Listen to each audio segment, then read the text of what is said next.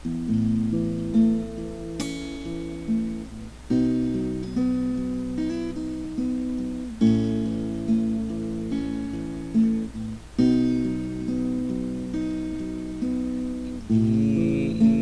ko ang Pilipinas, aking lupang sinilangan, tahanan ng aking lahi. Tinutugkop ako at tinutulungan maging malakas, masipag at